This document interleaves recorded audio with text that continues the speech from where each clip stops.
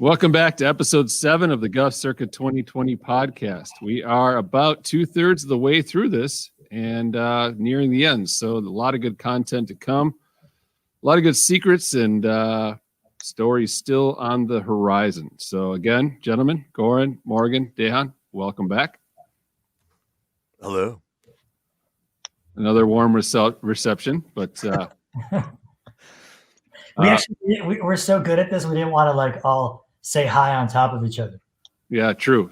We have worked on our spacing here. So to kind of recap shortly, we rolled out of the Gufs Atlantic release and moving into Collide sessions and onto Holiday From You. So at this point, let's start here. So 1999 was Holiday From You, correct? That was when it was released? Yeah. Previous to 99, you guys rolled out Atlantic release 96, I believe. Collide Sessions was 97. So to start this off, when you went to Collide Sessions, why were these songs left off the album? What was the decision behind that? And what was the impetus behind putting out Collide Sessions as far as, because some of the songs are fan favorites, obviously. So what was the decision behind to release Collide Sessions, and why were these songs initially left off of Collide and not put on Holiday From You?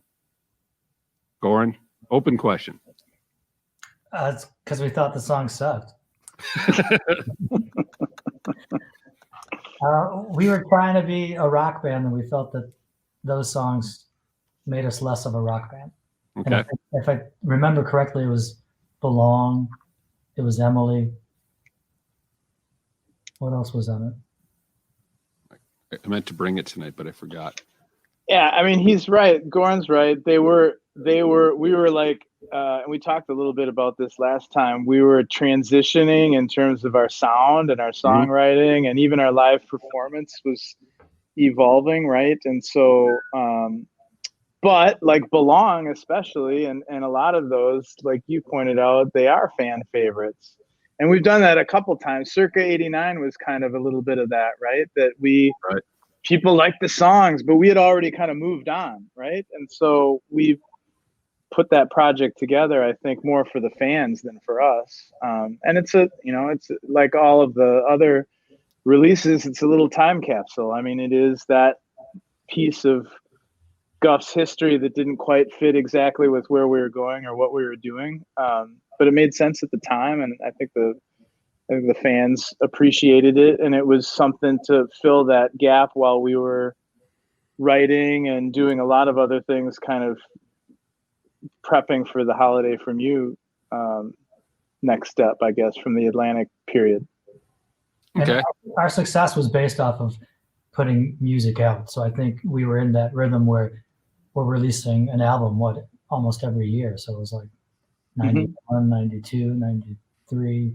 So we felt that Collide was kind of old, and we needed just to kind of bridge the gap from, the Atlantic release into what eventually evolved into Holiday From You. So it just felt like the right thing to do, because that's what we've been doing for the last, so many years. So, and I think there were some B-sides on there too. Like, wasn't Wearing Thin on there? Yeah. Mm-hmm. Yeah. Yeah, and for that kind of record, and I don't think we're unique in this, it was able to be put together, packaged, released. We were able to do some things around it, but we were on the road all the time. So we could do that at the same time that we were on the road and writing and doing other things, right? So, looking back, it is kind of a cool little snapshot, right? So there's some good stuff on there. No, there is. And all right, so to not bring up a good source, but so we've exhausted Shirley at this point. So we record the Atlantic release. We got the advance. We buy Shirley, so the album is done. Once the album is released on Atlantic, paint the picture for us as far as what happens next. So who are you on tour with now? Are we, where have you played? What has Atlantic done for you as far as building your brand, your name, and the songs that you put out on their first Atlantic release? I think at that point we were, by the time we got signed in late 1995, and so we went right back into the studio, and I think we were probably finished those songs like Sunday Driver and the other ones that came on in the Atlantic release, the re-recording of Life Sweet Sound, and a couple of the other tunes that we sort of at least remixed and retracked a couple parts. But I think we're by April, the album came out in April of '96, and then at that point we were out on the road, and I know we did a couple of small tours where we just sort of hooked up with some local bands, and then it wasn't that long before we actually hopped on that Jars of Clay sample tour, and then spent the rest of '96 into '97 touring with them and doing a bunch of festival shows and one-off, in between shows. So if there was a couple days off during the tour, we would pick up something in like a little, secondary, tertiary market en route to the next show. So that was really most of '96 and into '97 was really us on tour with Jars and Samples, and then Samples fell off, and then we were on tour with Jars and Matchbox. Mm-hmm. So, and then what was the reception initially? So Atlantic puts your CD out. What was the feedback you were getting from Atlantic at the time as to how the reception was, and what was kind of coming up in the future for the Gufs at this time? I think we were realizing that we weren't a priority when all of a sudden we've got Matchbox 20 on tour with us with Jars, and you can see that when the label's sending people out, we were kind of like the bastard stepchild, and they were getting all the attention. They were doing all the, in-store events where, back then you go to the record store and they'd be, the local shop would be excited to have you. There'd be posters everywhere. We were starting to realize that, where are our posters, or how come, why aren't we getting invited to the radio station?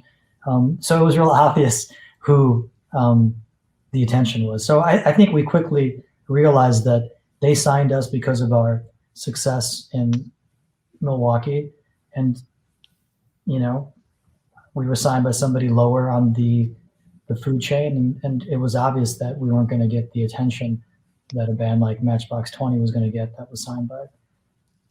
Right. It became like I think we felt like it was up to us. Yeah. Nobody was going to do anything for us. Like we had to do it for ourselves.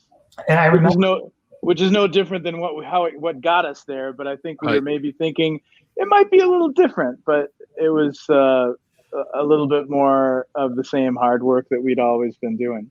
And we would step on stage knowing that we had a lot to prove, and we rocked. And it was, I remember being out in California. We did, I don't know if it was Santa Barbara. It was a big, college amphitheater. I don't know what it like. I think it was UC Santa Barbara. Yeah, like the Pepperdine. It was Pepperdine. It was their gymnasium, and then it's like it was Jars of Clay headlining, and then Matchbox was opening. We were kind of the middle slot, but I remember as Matchbox was kind of getting into being a live band. Rob would tell us that their managers would be like, look at those guys, the Gufs. They look great. They go up there, massive attitude. They're rocking like they're not even the headliner, and they're rocking like it's their thing. And look at the lead singer. He walks up there, he spits his gum out. That was my thing. So it was kind of funny. And if you talk to Rob about it, he still thinks it's funny that I'd walk up on stage with an attitude, and before I sang the first line of a song, spit my gum out. And then, but it was quick to see where the attention was going. So I think the writing was on the wall with us, that they released it knowing what we did in Milwaukee, and then maybe didn't try as hard to reproduce it in other places. And we had a handful of places that it was doing well at. Springfield, Missouri was one place. Madison was always really good. Chicago, we started selling out. The Metro, which was like as a kid going to shows to see my favorite bands. I saw Radiohead at the Metro. To be able to walk on the Metro stage and know it was a sold out audience. That was pretty cool. So we had our moments, but yeah, it was just a matter of time for us. Yeah, go ahead.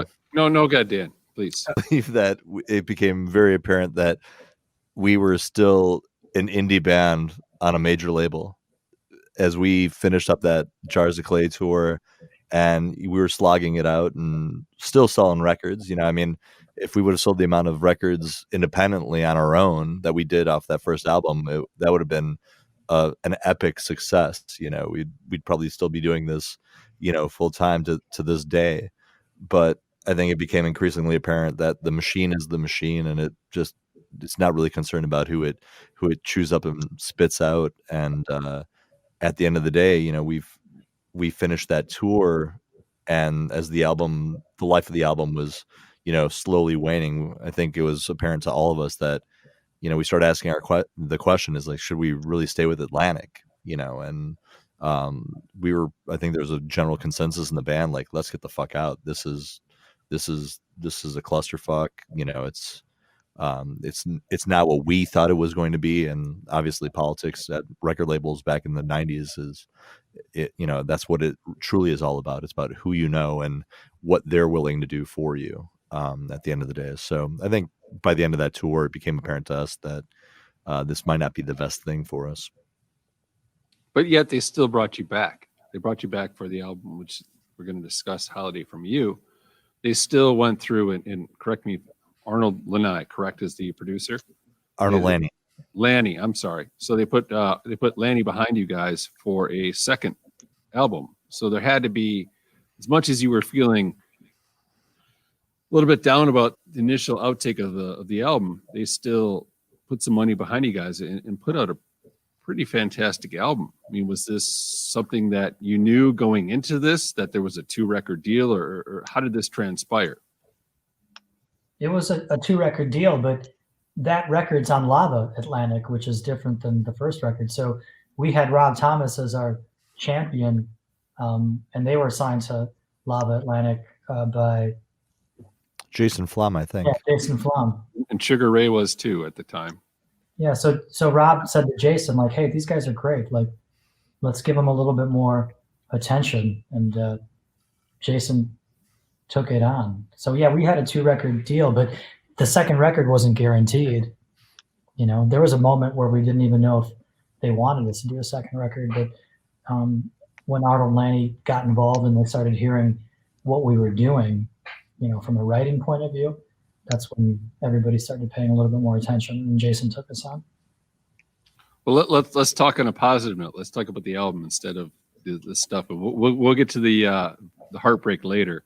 But I mean, he was a fantastic producer. I mean, he was heavily involved with Our Lady Peace at the time. I mean, he was pretty much their go-to producer, and it put up fantastic albums. So you got to be feeling a little positive at this time, because you got a second, you know, attempt at a major label release, and you've got a great producer, and you're kind of retooling and rewriting all these songs. So you think you know, should we stay here?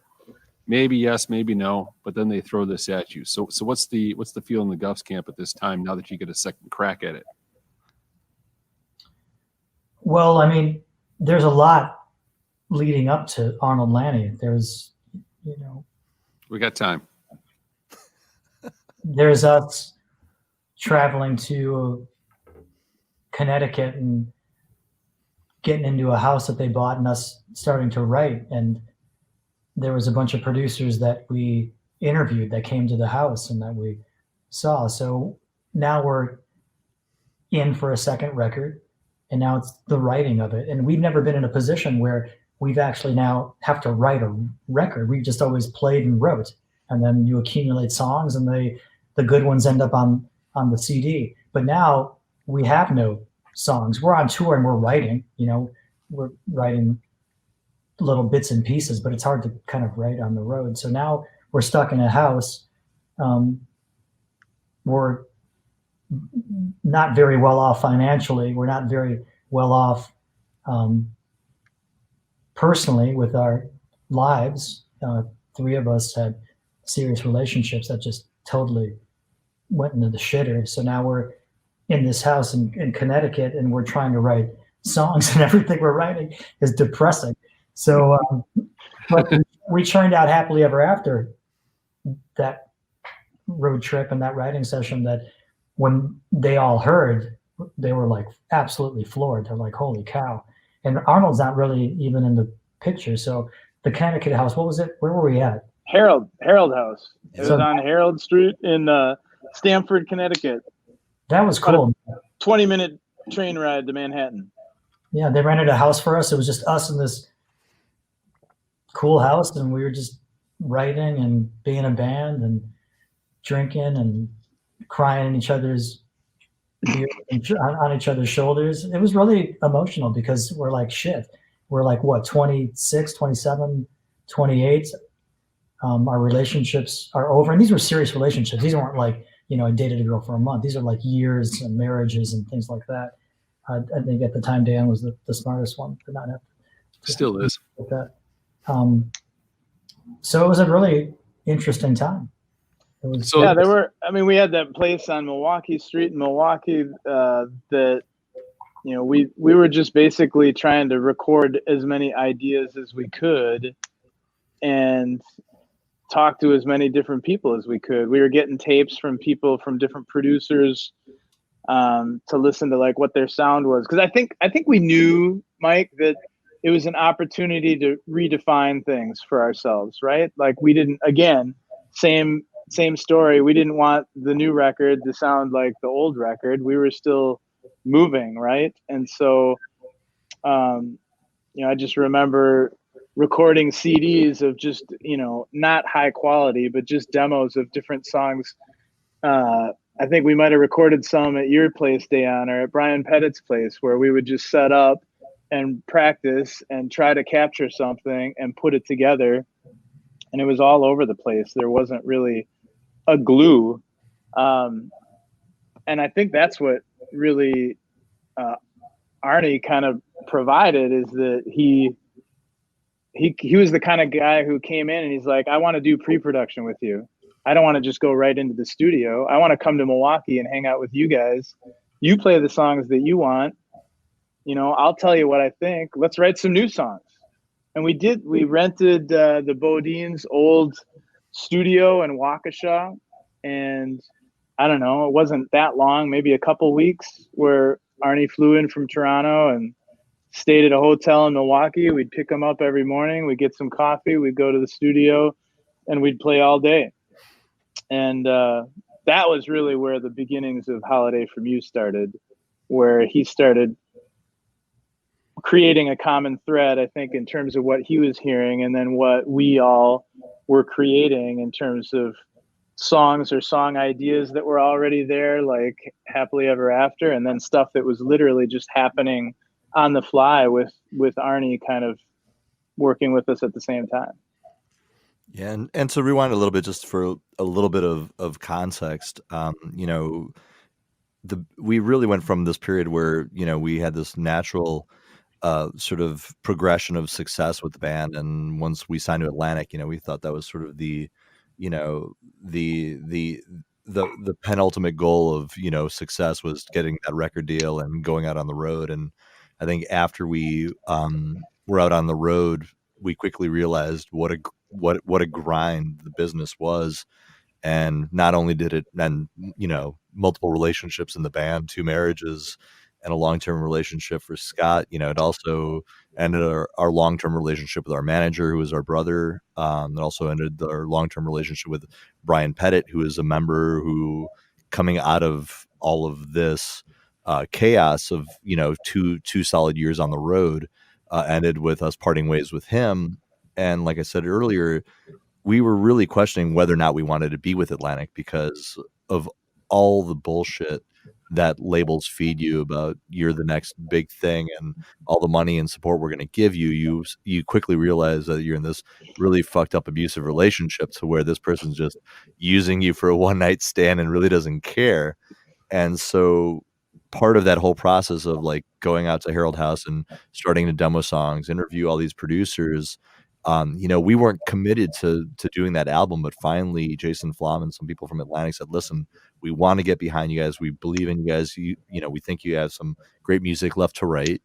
And, they threw an obscene amount of money at us to get us into the recording studio and at least start demoing with Arnold late 97, early 98. We were up in Toronto for, I think, the vast majority of 1998 and a good part of 99. So we literally were living in hotel rooms up in Toronto for most of the year in 98.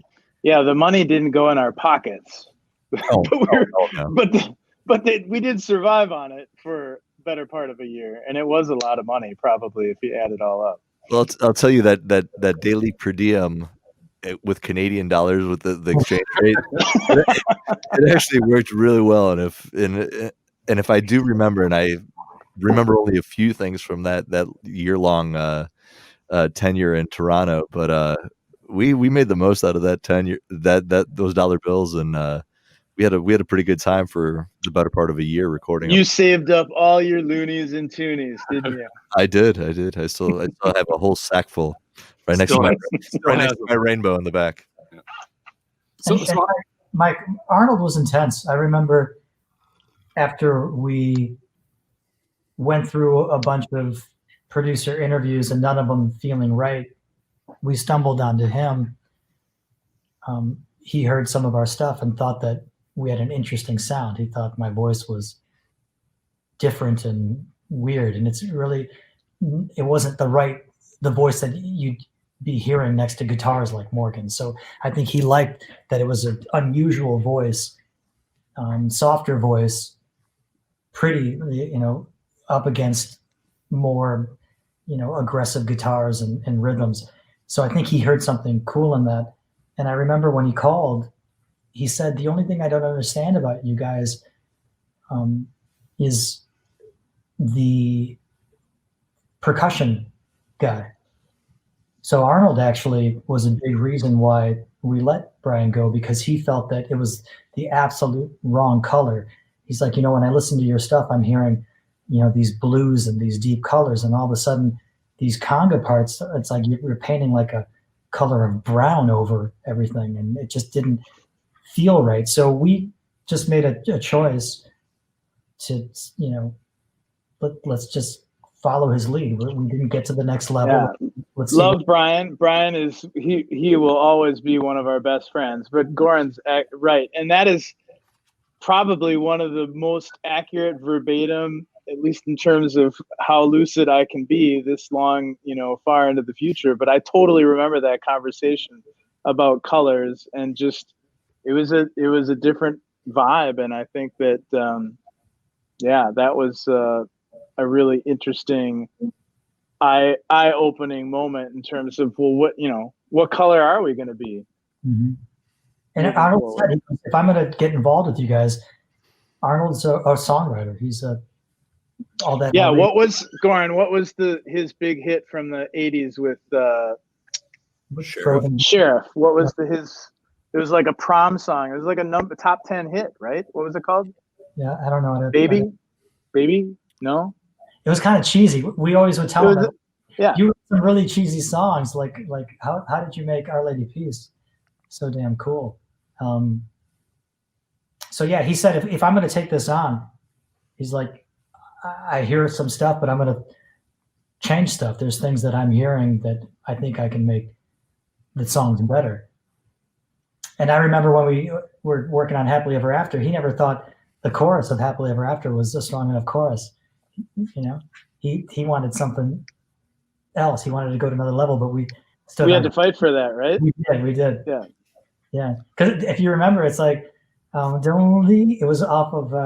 It's like, you was sorry. You're not listening that thing. Don't leave me high. Don't leave me dry. It was something like that. And I was like, that's like a Radiohead ripoff. And I said, what's up with all this falsetto stuff? Which we can get into later, but he's the one that made me do all that stuff, because I was never a falsetto guy. Except I'm the greatest song that we've ever written. but that ties into the next question. It was actually on my list here. Speaking of Our Lady Peace, I mean, obviously Rain Mata is a huge falsetto guy, and you've got their producer. So, and you always talked about how you didn't like the falsetto part of the songs that you had. So how did he convince you to perform these songs? And what was the rationale behind, his reasoning? Because obviously you don't want to sing it. And you just illustrated how you won a battle against him for the chorus of Happily Ever After. But how did that transition happen? Because it's obviously something that wasn't you weren't a fan of. He made us do a lot of things. He goes, "You have to trust me. You have to trust my instincts, and I wouldn't lead you down a path that wasn't gonna, allow the best to show you guys in the best light." So we just trusted him. And Dan was a Rickenbacker bass player for years, and then it was funny how made him change. Yeah, he made us go to a specific bass guitar store in Toronto. Like, you need to check this one out. And I think we actually ended up going to New York, right, Dan? Was it New York? I thought it was Toronto. We did buy look at some Sadowskis in New York, but we ended up buying the one in Toronto. So, but just to give you a sense of what working with Arnold was like, it was the best of times. It was the worst of times. Like leading up before we even met him, and we're talking to Goran, because I think typically we interviewed a bunch of producers. I remember back at the Herald House, one of the best interviews we had was with Danny Korchmeyer, who's like sitting around us. He's like this old, like sort of New York cat. And he's like, "Hey guys, fucking your music's awesome, man." All of a sudden he grabs this little case and he opens it up and there's all these fucking big joints in it. We're like, "Oh, okay, this guy's gonna party." And he's just like, "Yeah, you guys, I love you guys." He's like, lights up a joint. He takes a couple puffs off of it. And everybody's like going like this. And then all of a sudden he flips it out. He puts it out and he puts it back in his fucking pocket. We're like, "Oh, we're not working with this guy. Fuck that." But back to Arnold. I mean, Arnold, they ended up flying Goran to Toronto to meet Arnold, just solo. And Goran's like, "This is the guy. We've got to work with him. I think he's gonna help us record the best album we could possibly record." And when we're getting feedback, and he's like, "So what did he like? What didn't he like?" And that's where part of the conversation of like Brian Pettit, like he didn't hear the percussion. And Morgan, this, and this. And then he's like, "Scott, this, and this."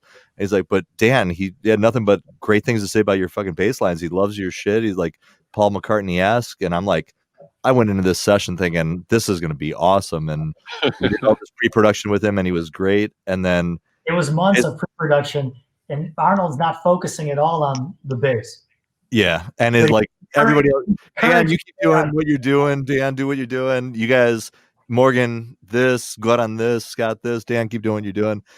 And then when we get up to Toronto and we start tracking, and the way back in the day you would track all the drums for all the songs, and then then now it's bass. And I swear to God, it was the most brutal, ego destroying, self-esteem, self-loathing period of my life that I've ever gone through. I thought okay, I'm so excited. All right, first thing you need to do, you need to get rid of that fucking bass and you need to learn how to play with your fingers. Yeah. Like, what the fuck is going on? Played with a pick. So he's a picker. Yeah. Oh my God. We play with the pick. All of a sudden, "Hey, can you play with your fingers?" And it's like Dan's thinking that the bass sessions, like the bass recording, is going to be a piece of cake, and all of a sudden, I'll be in and out in a week. Dan needed, I think, a therapist after, because it was like weeks of bass. Oh, it was a solid. Scott got sent through the ringer too. I mean, even though we spent that time on a lot of the drum parts, I mean, Arnie started just picking everything apart. And he would pick up on the weirdest little things. Scott would play like a little fill or like one tiny part of a song different from one take to the next. And normally that'd be, "Oh yeah, that was cool. I like that." Arnie would be like, "Scott, you changed that part there coming out of the last chorus, didn't you?" And Scott would be like, I did. I think I did. Yeah, why don't you do that again?" So you wind up, when you're working with somebody like that, it's like over and over and over. I mean, and what you do get at the end is you probably get one of your best performances that you could deliver, because he's going to drive you until the point that there's, law of diminishing returns, and you just don't have any more to give. And what you've got at the best point is what gets captured on tape. And so, How did this change your son, Morgan? I mean, we've touched on, Goran and Dan. How did this affect you? Arnie liked to sing a lot of things to me and really didn't give a shit if there's no possible way that it was able to be played on the guitar. So I think I wound up getting punished in a different way because I was trying to interpret things that, I might kind of lay some tracks down, and then he'd be throwing out ideas, and he's a piano guy. He's a piano player, and he would hear melodies in his head, and he'd hear specific notes he'd want to hear in the chords, but I only have 4 fingers on my left hand, and some of those don't stretch to the places where Arnie was wanting to hear stuff. So that was interesting. I mean, there was one song, and I can't even remember what it was, but I literally retuned the guitar into some completely made up tuning that I don't even know what it was, but it allowed me to do something that he was trying to capture. And it was just one part on one song. All I Want to Be. Was that it? Yeah. Yeah, like one rhythm part in the chorus, because he wanted that in there mixed in with whatever was going on at the same time. And I couldn't even tell you how I tuned the guitar. I wouldn't even be able to play it now if I tried, because it was just completely made up on the fly. We could do a whole episode on the weird shit he had us do. I remember at one point he wanted me to play an entire song on the low E string that was tuned a full step down, and then we taped the other strings up with like masking tape so that there wouldn't be any type of resonating or little like buzz. And he wanted to get this like what he kept saying, the subsonic tonality of something. I mean, he definitely put everybody through the ringer. And the thing to keep in mind too is back when we were doing this is pre-digital. So we're literally sitting with his studio assistant, and it's like, okay, we're punching in at this point, and I need you to play either this single eighth note, or I need you to play this run for this long. And you're sitting there, and obviously it's all analog, so there's a slight delay, so you've got to anticipate as far as when he's punching you in where you're coming in. And if your tone was even like slightly off, that you slightly hit it a little bit harder, the string harder than it was, no, redo that. So it became this mind-numbing exercise in insanity to where you're doing the same fucking thing over for like literally 2 hours to get this one bar riff. The best part is that Arnie would never be around. Yeah, he'd like absolutely. come in and he'd be like, I don't know about that. Keep working on it, Danny. And then he'd leave. And then he'd like leave it to us to like try to figure it out. I mean, I even auditioned guitar picks. We were trying to find the best sounding guitar pick. Yeah, Morgan, those are the best. You got to use those guitar picks on the whole rest of the session. Those are the ones right there. How many did you go through in that session? Like we had 10, all different kinds spread out, whatever we could find in the studio. And then lyrically, he would, as I got ready to sing, he'd be like, "Gee, what is that set 8? Lake 17, that makes no sense." And that was a song that we wrote on tour with Jars of Clay, and we were playing it live. Remember the samples, loved the song. And it was so different than how he made it. It was a totally different song almost. Yeah. Like, Lake 17 to something different. I'm like what? Hey 17? He's like, yeah, that's kind of cool. Hey 17. So it was a struggle, but when I listened to that record, I really think it's a masterpiece. It's our shining moment. Yeah, it's definitely in our career, it's our Sgt. Pepper's. So it was worth the pain and all the subsequent therapy sessions. We did have a hell of a good time. Downtown Toronto's Queen Street, baby. It's a great place. So you defeated my next question by that assertion. So CD comes out. Where does Atlantic take you from here? So Holiday from You comes out. Not very far. Not very far. All right. From the Explain. couch to the door. Yeah. It was The door. so we were getting, so like I said, we were up in Toronto for most of 98 recording the album, and we were finishing recording in early 99 and started the mixing process. And I remember there was a big kerfuffle as far as having Arnold mix the album, because they were wanting possibly to bring somebody else in to mix the album and all of that. So when all that was said and done, Atlantic is well into 7 figures into this project, and we've been up there recording, for over a year. And I can't remember the timeline. I know the album came out in April of 99, and it came out opposite every other fucking major Atlantic record star. Jewel, Kid Rock, Matchbox 20, fucking Sugar Ray, Don't Booty sound and the Blowfish, everybody. And I remember one of the guys from Atlantic, I don't know if it was Jason Flom or what was he had that one little dude, his number 2 guy that was at the record label that really liked us. I wanted to sign us initially before Flom.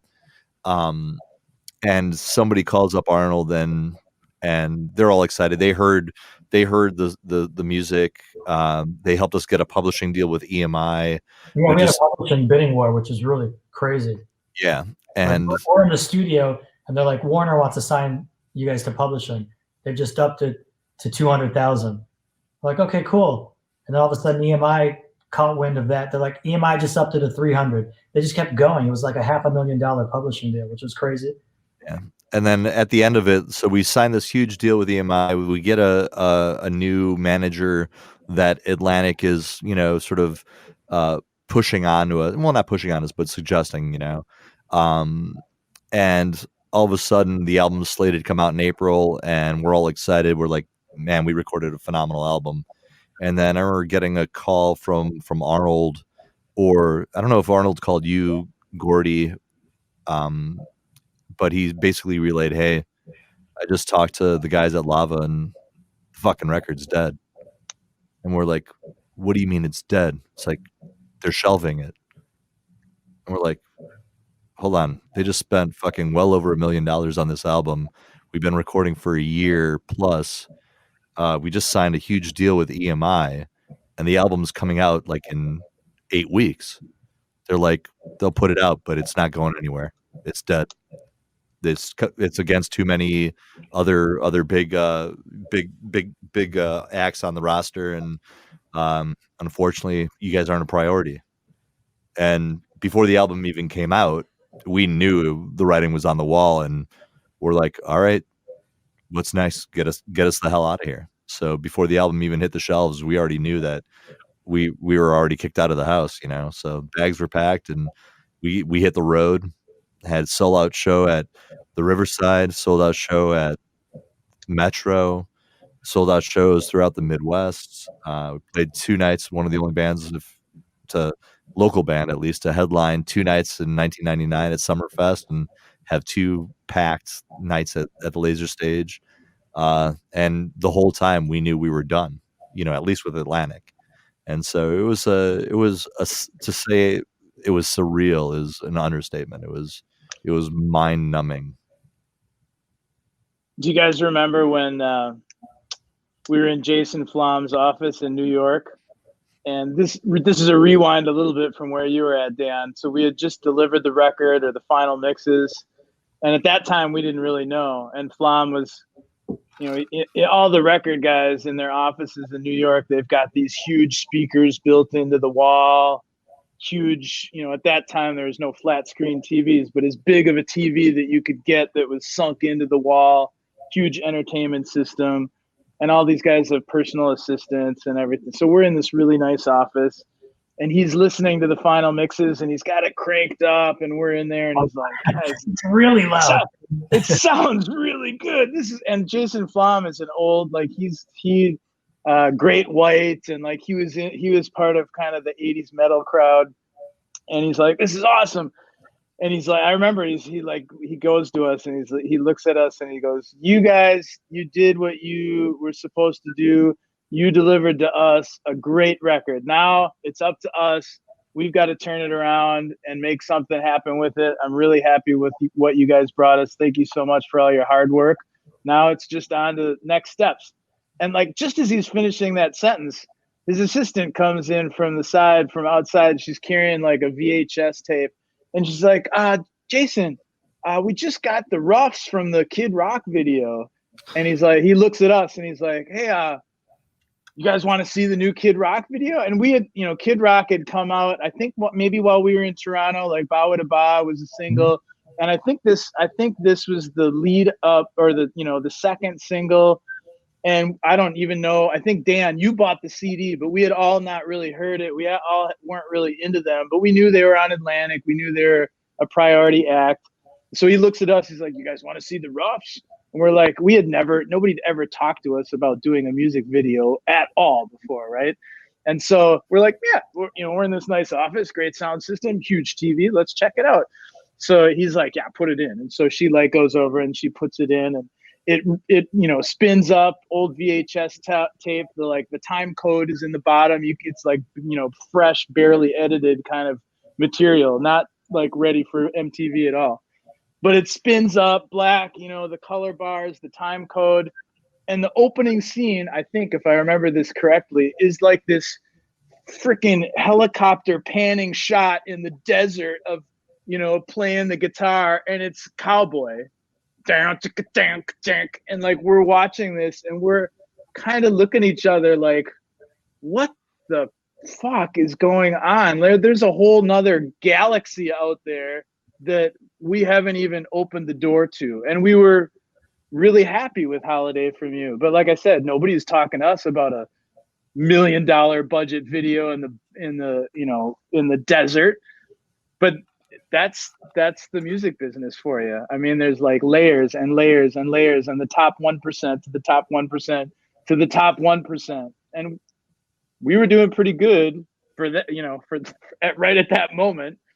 But yeah, there's just a whole nother game out there. So you think that you know what size fish you are in the pond, and you really truly don't know. What's the story with Josie, the small person in Kid Rock's band? Wasn't there a story? So yeah, this was a Brian Irwin, a chappie. So Brian Irwin, who was grew up in Racine, was friends of our drummer Scott Schwabel, who I'm still trying to get on this thing.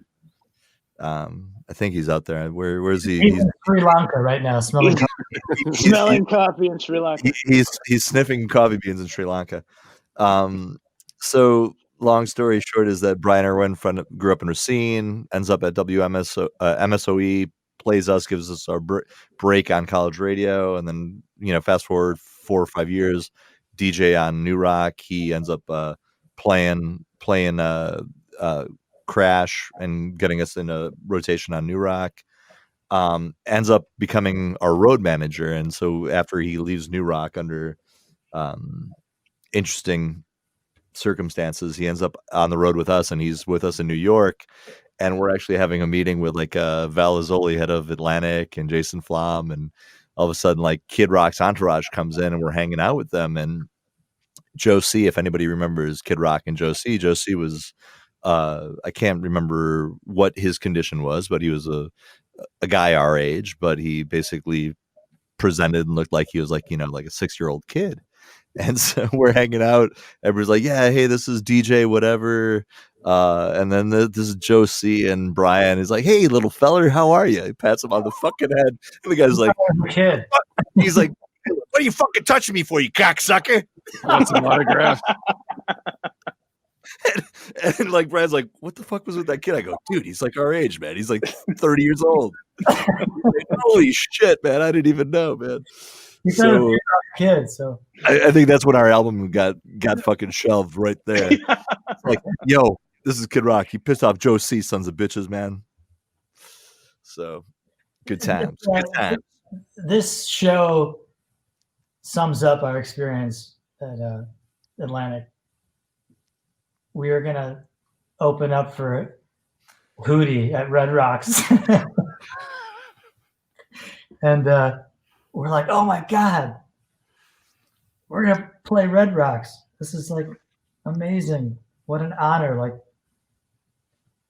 we ended up setting up, and we walk in, we set up at, like when the walkway to an amphitheater, like we were at where the parking, From the parking.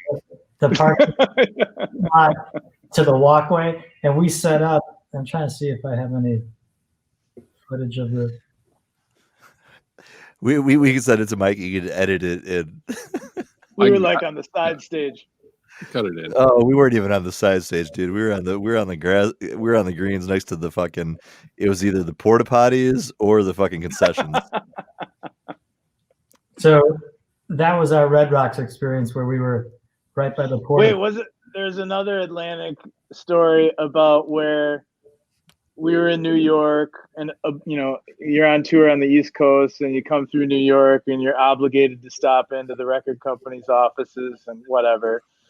And they actually, they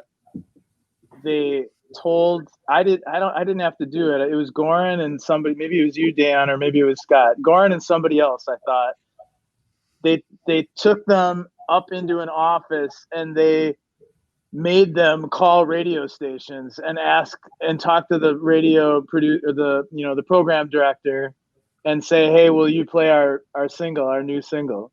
Because somebody at the label thought that like that would be cool if the artist like talks to the radio station, and we were just like, wait a minute, isn't that your guys' job? We're playing shows, we're writing the music. Like you guys got totally recruited to like do an entire day of phone marketing on behalf of the band, right? Yes, that was many of the flooding out that we did. Here's us at Red Rocks.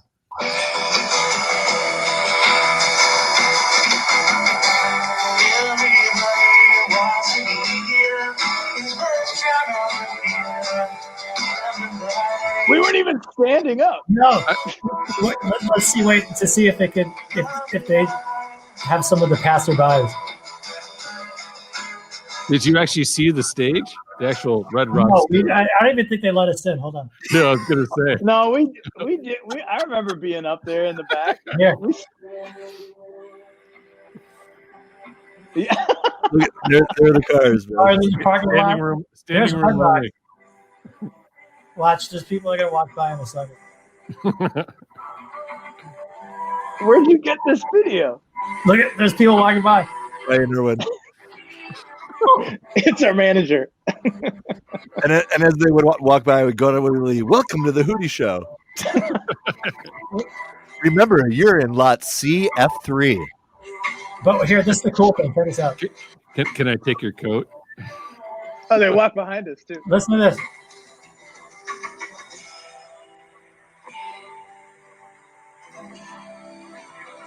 He looks like a cult leader.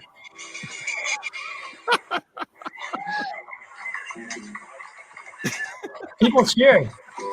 That's awesome. That's such a Spinal Tap moment. Oh my God.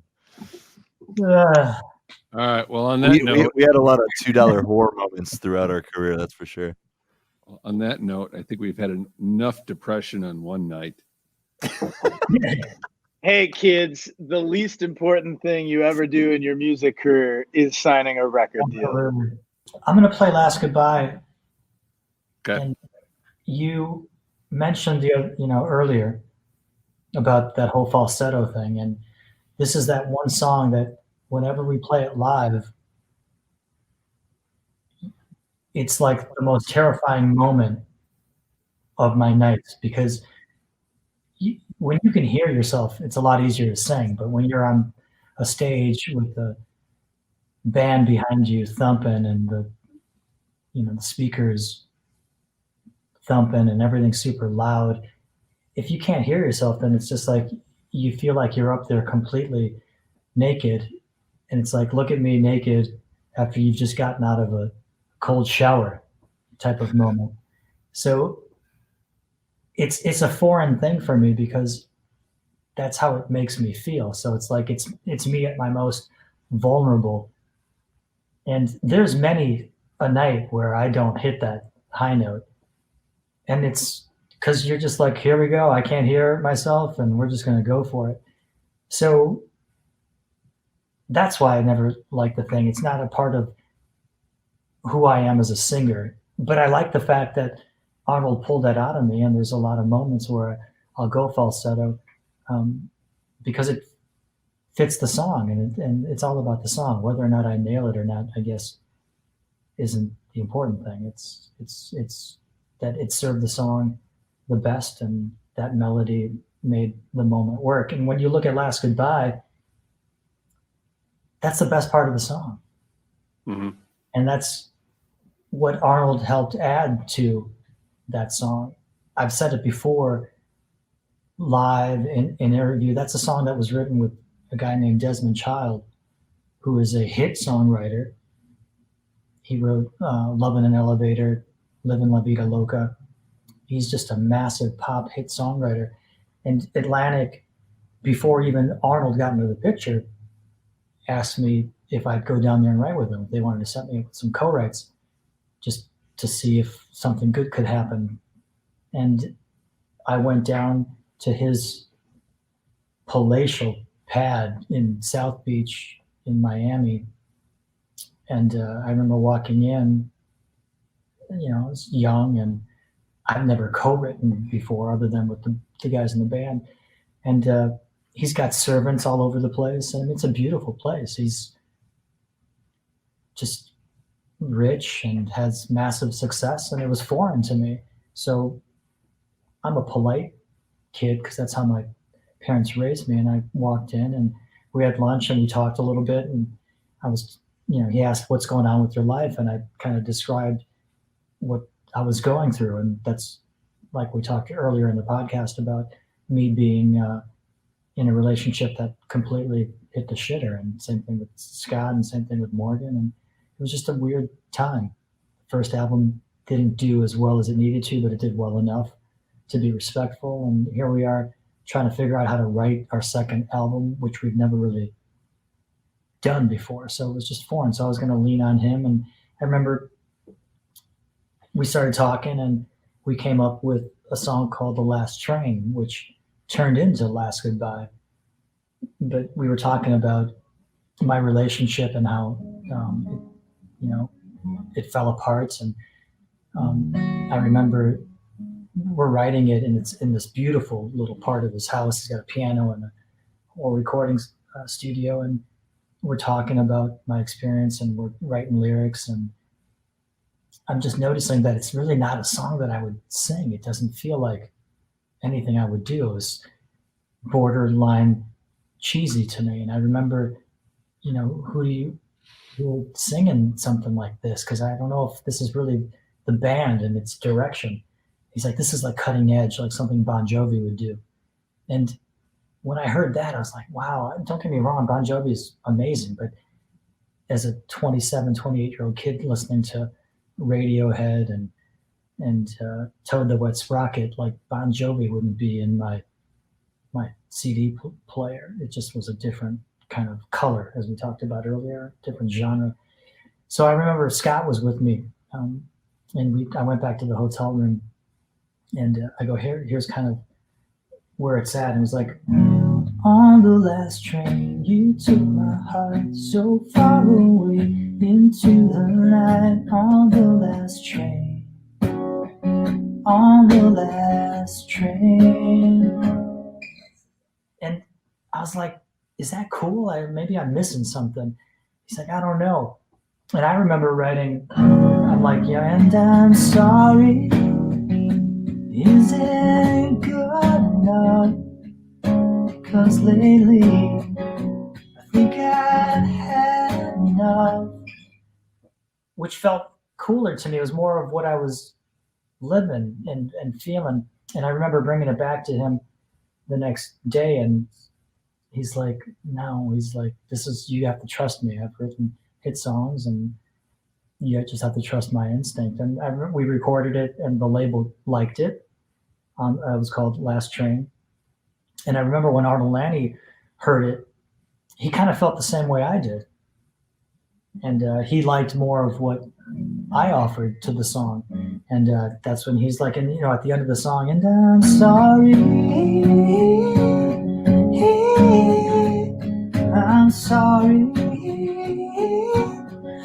That to me is just like, I would never have thought to have done that. And we took it to this other level, which is the song that you hear on Holiday From You with the original version. And I remember the label loves it. EMI Publishing loves it.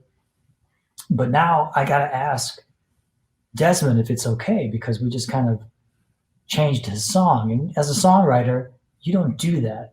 And now as a songwriter, since I've been writing a lot in Nashville, I know you don't do that. You don't change songs behind people's backs and go, what do you think? Or I change this. You have to be respectful because it's something that you created together. So I remember calling him nervously from the hotel room, and he heard it. And he really, it's like, what did you do to our song? He's like, I thought we had this thing and we wrote such a beautiful song. I just said it wasn't me, and the band didn't feel that it was a good representation. And he didn't want to let us have it. And he had every right to not let us have it. So then I started thinking like, okay, the melody's mine. How do I change the lyrics? And we tried different versions of it, and the label was like, no, that's not happening. So then I finally had to call him again and just ask him real sweetly, can you please just let this song go? It would mean the world to me. And he said, he goes, I don't need anybody to hear this. I don't need another hit. And I said, well, I can use just one. And then he goes, okay. He's like, go ahead. You guys run with it. And that's, a song that turned into Last Goodbye, which I think is one of the best songs we've ever written. And it's a song that we still play today. So I'm going to sing it for you. I'm going to try to nail that high part. All right. Fantastic story. Yeah. Thanks for having me.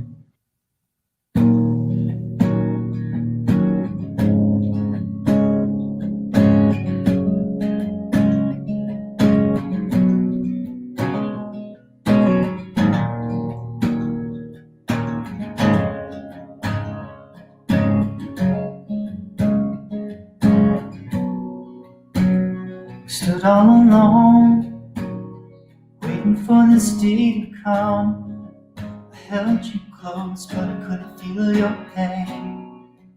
I didn't know this would be the last time, this would be the last kiss, so say goodbye. You got a lot of nerve to slip on out the back door. You got a lot of nerve to leave without a word. And I'm sorry isn't good enough, because lately I think I've had enough. And I'm sorry isn't good enough. And your last goodbye wasn't worth my time. I'll be alright. How could you smile? How could you lie to me? You held me close when I wanted to let go. And I should have known this wouldn't last forever. The last thing I remember was standing all alone. You got a lot of nerve to slip on out the back door. You got a lot to learn about who you left behind. And I'm sorry isn't good enough, because lately I think I've had enough. And I'm sorry isn't good enough. And your last goodbye wasn't worth my time. You know I never knew that there was something going on. You know I never knew that you were barely holding on, just enough to take the time to say I'm sorry. I'm sorry.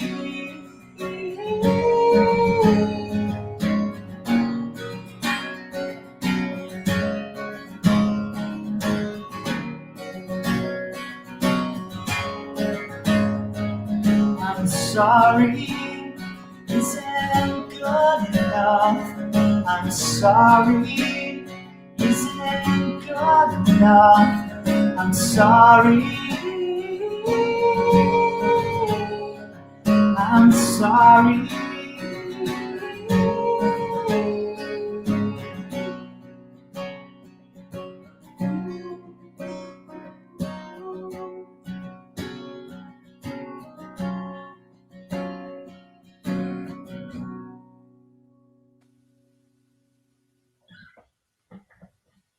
Speechless again. Cool. Speechless again. And then, we changed that song again, and people ask, why do we always change songs? After we were without a label, EMI was still backing us. And they said, hey, we love Give Back Yourself and we love Last Goodbye. Let's have a different producer come in and see what they can offer. And Don Gilmore came in, who was doing a bunch of stuff with Verve Pipe. And we flew out to LA and we recorded 2 different versions of Give Back Yourself with his kind of imprint on it. Every producer is going to give you a different feel. And he felt the song was amazing, but felt the pre-chorus was just kind of weak. And, that's where we came up. You got a lot of nerve to slip on out the back door. So we never tried to confuse people. We just tried to keep, serving the song and chasing a great song. And when I write down in Nashville, there's times where we'll rewrite things and change things because it's all about trying to put the best version of the song forward. So that's kind of Last Goodbye. It's a song that's very dear to me. No, that was fantastic. Thank you. Thanks, buddy. No, I mean, I think we've gotten over the heartbreak part. I think the next episode will be it's kind of the Phoenix Rising, the Gufs, a different sea. Yeah, which is happiness and sunshine, that album feels that way to me. So yeah, no, I'm excited for that one. So I anticipated this one coming, and I stopped myself about 4 times from crying during it. No, I'm kidding, but I know. No, I appreciate your transparency and thank you for the stories tonight. I think it's been a great episode. A lot of stuff that we didn't know, a lot of stuff that transpired that everyone's kind of always wondered. So for the 6th time, thank you. And we will see everyone on the next episode, which will be a different sea. Goran, anything? I know you always want to sign off and have some serendipitous post or comment. Don't want to put you on the spot. Will be A Beautiful Disaster, which is the song that we wrote for our friends, for our fans, that brought a different sea all together. So that song was written as a thank you to all of you guys. So I'll leave it at that, and I look forward to chatting about it. And I always say that you guys, you all were the beautiful part and the Gufs were the disaster. So well, I think sometimes we think differently, but I appreciate that. So again, thank you. And we'll see you in the next episode, which will be episode 8, and we will look at a different sea. So take care. Everyone have a good night and talk to you soon. Peace.